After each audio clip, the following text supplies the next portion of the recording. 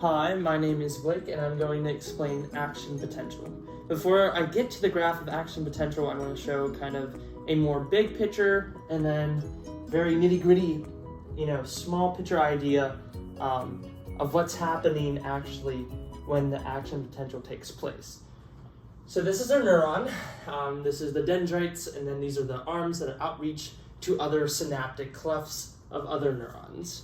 And what occurs is when a neurotransmitter is released, we see that it binds to the neurotransmitter receptor, and this binding causes on, say, this neuron, for example, to open its sodium ion ligand channel.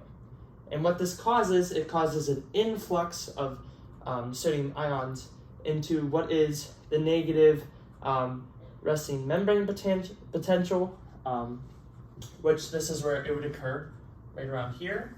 And then what exactly is happening is then a load of sodium ions are then coming into the neuron, changing this, and this is kind of starting the cascading event of depolarization happening from the dendrite to the axon hillock. And hopefully, if it breaks that threshold, we will see then a huge cascading all or nothing event where then this is sent down the axon terminal and into the synaptic cleft, where the goal here is then to change the voltage of the synaptic cleft to release the calcium ion channels and eventually release a neurotransmitter as such, which started this cascading event.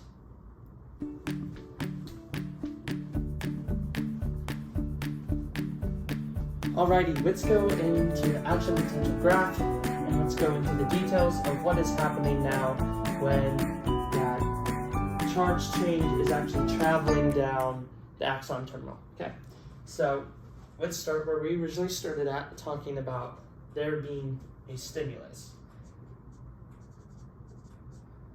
So a stimulus occurs, whether that be that neurotransmitter attaches to that receptor, and it opens the sodium ion ligand channel.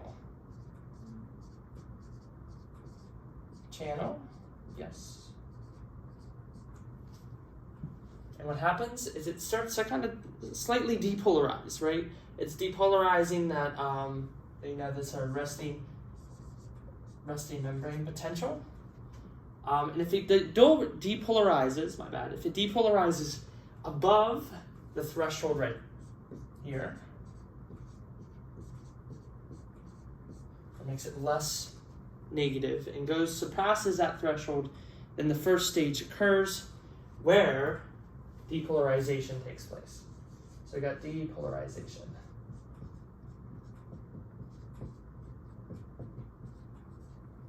And this is what happens when, over here is displayed, is the sodium voltage ion gated channel. And this is a potassium voltage ion gated channel, but I'll break these down as we go. So this is the stage of depolarization when when there's a difference in voltage, which triggers the sodium voltage gated ion channel to open, causing a huge depolarizing effect as we see here. So we're getting way positive and to a point where it overshoots at the top. So we can call that the overshoot.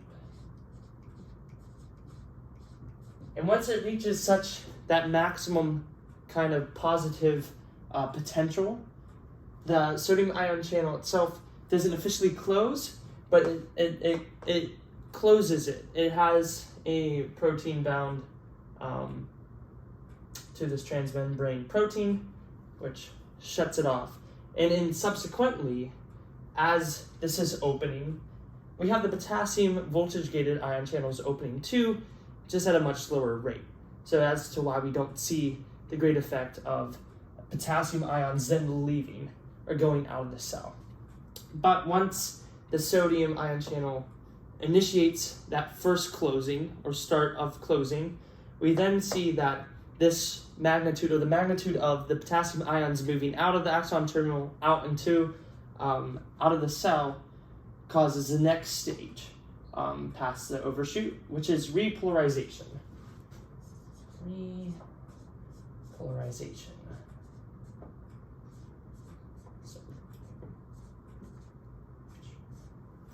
where our sodium ion voltage gated ion channels are closed, and the potassium ion gated channels are fully open, ready, moving out the potassium ions.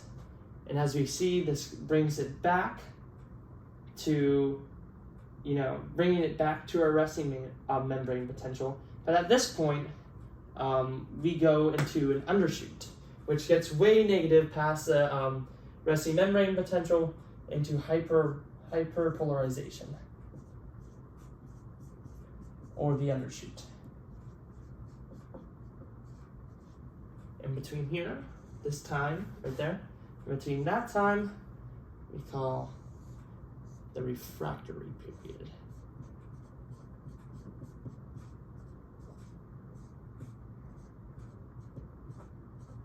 This is like the reset button for the neuron so that such an action potential can occur again and be as effective as it is. If we didn't have this refractory period, which is supported by the potassium leak channels that naturally, not Ka, K plus, potassium leak channels, which continue this repolarization, surpassing the resting membrane potential. And this refractory period allows help reset the neuron for our next action potential if it is to occur, and how we get from this really low state of hyperpolarization or undershoot to back to resting membrane.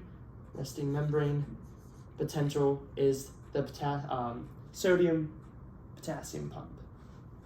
So the Na plus pump, which takes in 2 potassium for every 3 sodium ions that go out. And that is a key factor when reestablishing this membrane potential. And as a whole, let's just go over. So we get a stimulus, sodium ion ligand channels open, starting that initial depolarization. If that is a strong enough excitatory response that surpasses the threshold, depolarization takes place where the sodium voltage gated ion channels open, and this is an all or nothing pathway now. We get to a certain maximum of positive potential, an overshoot, where then that signals the sodium voltage gated ion channels to close. Subsequently, the potassium voltage gated channels open, releasing potassium out of the axon terminal. Repolarization takes place with the help of leak potassium channels. We reach a state of hyperpolarization, and this is essential for the refractory period or the reset for the neuron, so this can occur again. And our good old friend of the sodium potassium pump helps us to retain the initial resting membrane potential. And that is action potential explained. Thank you very much.